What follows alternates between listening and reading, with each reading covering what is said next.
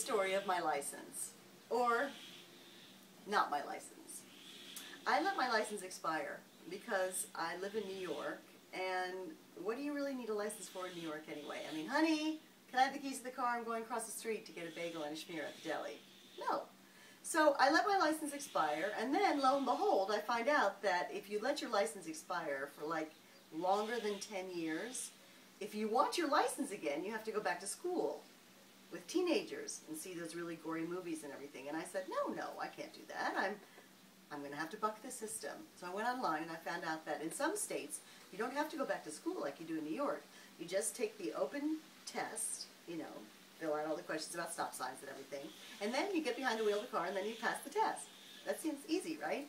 I found out in Utah that's all you have to do. So I got a ticket and I flew to Utah.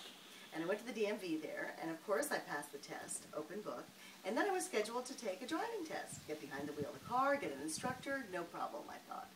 Well, I guess I was a little bit rustier than I thought I was.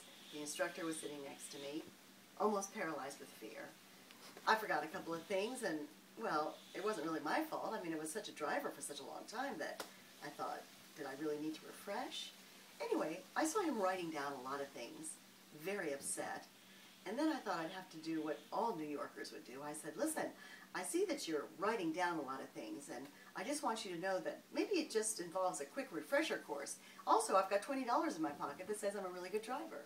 And he said, pull over. I said, did you just try to bribe me? I said, absolutely not. I was just letting you know that I think I'm a pretty good driver, and if I made a couple of mistakes. He said, no, you made more than a couple of mistakes. You tried to turn from the wrong lane. I said, I know, but that was just an oversight on my part.